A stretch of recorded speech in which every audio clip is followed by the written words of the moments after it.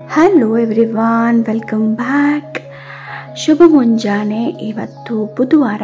ನೋಡ್ತಾ ಇದ್ದೀರಾ ಬೆಳಕಿನ ವೆದರ್ ಈ ರೀತಿ ಇದೆ. ಸ್ವಲ್ಪ ಬಿಸಿಲು ಬರಬಹುದು ಅಂತ ಅಂದ್ಕೊಂಡಿದ್ದೀನಿ ಇವತ್ತು. ಗೊತ್ತಿಲ್ಲ ಬ್ಯಾಂಗ್ಳೂರು ವೆದರ್ ಯಾವಾಗ ಯಾವ ಥರ ಇರುತ್ತೆ ಅಂತ. ನೀವು ನೋಡ್ತಾ ಇದ್ದೀರಲ್ಲ, ತುಂಬಾ ಚೆನ್ನಾಗಿದೆ. ಇದೊಂಥರ ಸೂದಿಂಗ್ ವೆದರ್. ಸೊ ಇವತ್ತು ನನ್ನನ್ನು ನಾನೇ ಮೋಟಿವೇಟ್ ಮಾಡಿಕೊಂಡು ಇವತ್ತು ನಮ್ಮ ರೂಮ್ ಡೀಪ್ ಕ್ಲೀನ್ ಮಾಡೋಣ ಅಂಥೇಳಿ ರೆಡಿಯಾಗಿದ್ದೀನಿ. ಸೊ ಅದಕ್ಕೂ ಮುಂಚೆ ಈ ಚಿಲಿಪಿಲಿ ಅಂತ ಒಂದು ಹಕ್ಕಿ ಶಬ್ದ ಕೇಳೋದಿದೆಯಲ್ಲ, ತುಂಬ ಚೆನ್ನಾಗಿರುತ್ತೆ.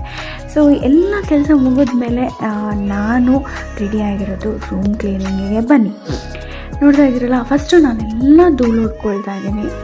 ಇದು ಒಂದು ಮೋಟಿವೇಶನ್ ಬೇಕಾಗುತ್ತೆ ನಮಗೆ. ಮಾರ್ನಿಂಗ್ ನಾವು ಏನು ಮನಸ್ಸು ಮಾಡ್ಕೊಳ್ತೀವಿ ಆ ಕೆಲಸನ ಖಂಡಿತವಾಗ್ಲೂ ನಾನು ಮುಗಿಸ್ಬೋದು. ಸೊ ಹಾಗಾಗಿ ನಾನು ಇವತ್ತು ಫಸ್ಟು ಮೋಟಿವೇಶನ್ ಇಟ್ಕೊಂಡಿದ್ದೆ ರೂಮ್ ಕ್ಲೀನ್ ಮಾಡಬೇಕು ಅಂತ. ತುಂಬ ದಿನ ಆಗಿತ್ತು ಡೀಪ್ ಕ್ಲೀನಿಂಗ್ ಆಗಿರಲಿಲ್ಲ. ಸೊ ಗೋಡೆಲೆಲ್ಲ ಧೂಳು ಕೂತ್ಕೊಳ್ಳುತ್ತೆ, ನೀವು ಅಬ್ಸರ್ವ್ ಮಾಡಿರ್ಬೋದು. ಸೊ ಅದೇ ಥರ ಆಗ್ತಾಯಿತ್ತು. ಸೊ ಅದಕ್ಕೆ ಆಮೇಲೆ ನನಗೆ ಸ್ವಲ್ಪ ಅಲರ್ಜಿ ಪ್ರಾಬ್ಲಮ್ ಕೂಡ ಇದೆ. ಅದಕ್ಕೆ ನಾನು ಕ್ಲೀನಿಂಗಿಗೆ ಜಾಸ್ತಿ ದಿನ ಬಿಟ್ಟುಬಿಡೋದಿಲ್ಲ. ಬಟ್ ಇತ್ತೀಚೆಗೆ ಏನಾಗ್ತಿದೆ ಅಂತ ಹೇಳಿದ್ರೆ, ವೆದರ್ ತುಂಬ ಕೈ ಕೊಡ್ತಿದೆ, ಜೊತೆಗೆ ಹೆಲ್ತ್ ಕೂಡ ಕೈ ಕೊಡ್ತಾ ಇದೆ.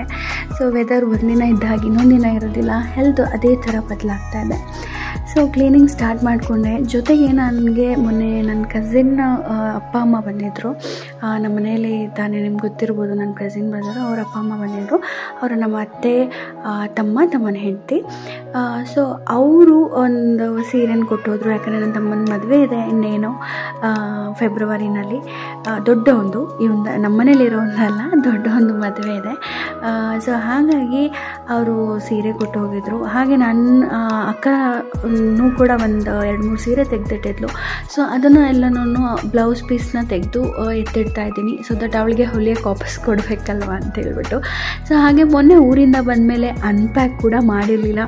ಇವತ್ತು ಅದನ್ನು ಕೂಡ ಮಾಡ್ಕೊಳ್ತಾ ಇದ್ದೀನಿ. ಯಾಕಂದರೆ ಎಷ್ಟು ಒಂದು ಏನು ಅನಿಸ್ಬಿಡುತ್ತೆ, ಒಂದು ಕೆಲಸ ಶುರು ಮಾಡೋಕ್ಕೂ ಮುಂಚೆ ಅಯ್ಯೋ ಮಾಡಬೇಕಲ್ಲ ಅನಿಸುತ್ತೆ. ಬಟ್ ಸ್ಟಾರ್ಟ್ ಮಾಡಿದ್ಮೇಲೆ ಅದು ಕಂಪ್ಲೀಟ್ ಆಗಲೇಬೇಕು ನನಗೆ.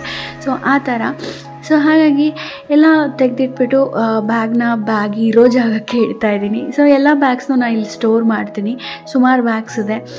ಸೊ ಅಲ್ಲಿಟ್ರೇ ಅದಕ್ಕೊಂದು ಜಾಗ ಅಂತ. ಇಲ್ಲಾಂದರೆ ಇಡೀ ಅಲ್ಲಿ ಇಲ್ಲಿ ಓಡಾಡ್ತಿರ್ತೆ. ನನ್ನ ಮಗಳು ಅದರಲ್ಲೇ ಆಟ ಆಡ್ತಾ ಇರ್ತಾಳೆ.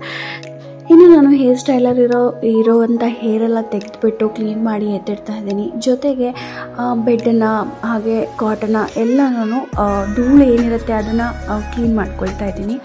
ನೀವು ಇದನ್ನಾದ್ರು ಯೂಸ್ ಮಾಡ್ಬೋದು ಧೂಳು ತೆಗೆಯೋದಕ್ಕೆ, ಇಲ್ಲ ವ್ಯಾಕ್ಯೂಮ್ ಆದರೂ ಯೂಸ್ ಮಾಡ್ಬೋದು.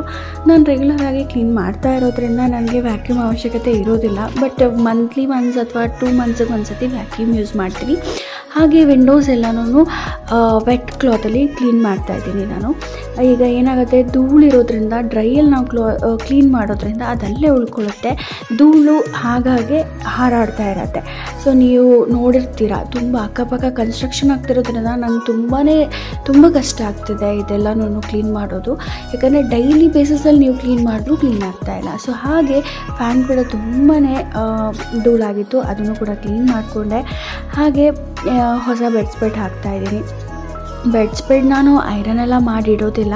ಸೊ ಬೆಡ್ ಸ್ಪ್ರೆಡ್ ಹೇಗೆ ಒಗೆದು ಎತ್ತಿಟ್ಟಿರ್ತೀನೋ ಬಂದು ಅದೇ ಥರ ಹಾಕಿರ್ತೀನಿ. ಸೊ ಕೆಲವರು ಐರನ್ ಎಲ್ಲ ಮಾಡಿ ಎತ್ತಿಟ್ಟು ಹಾಕ್ಕೊಳ್ತಾರೆ.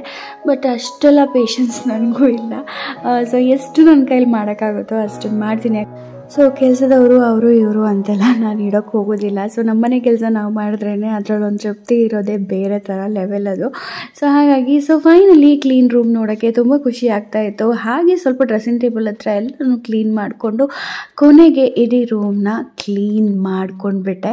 ಸೊ ಇದಾಗಿತ್ತು ಇವತ್ತಿನ ವಿಡಿಯೋ. ಮುಂದಿನ ವಿಡಿಯೋದಲ್ಲಿ ನಾನು ನಿಮ್ಮನ್ನು ಭೇಟಿ ಆಗ್ತೀನಿ. ಅಲ್ಲಿವರೆಗೂ ಸ್ಟೇ ಟ್ಯೂನ್. ನಾನು ನಿಮ್ಮ ಕಾವ್ಯ ಶೆಟ್ಟಿಗಾರ್.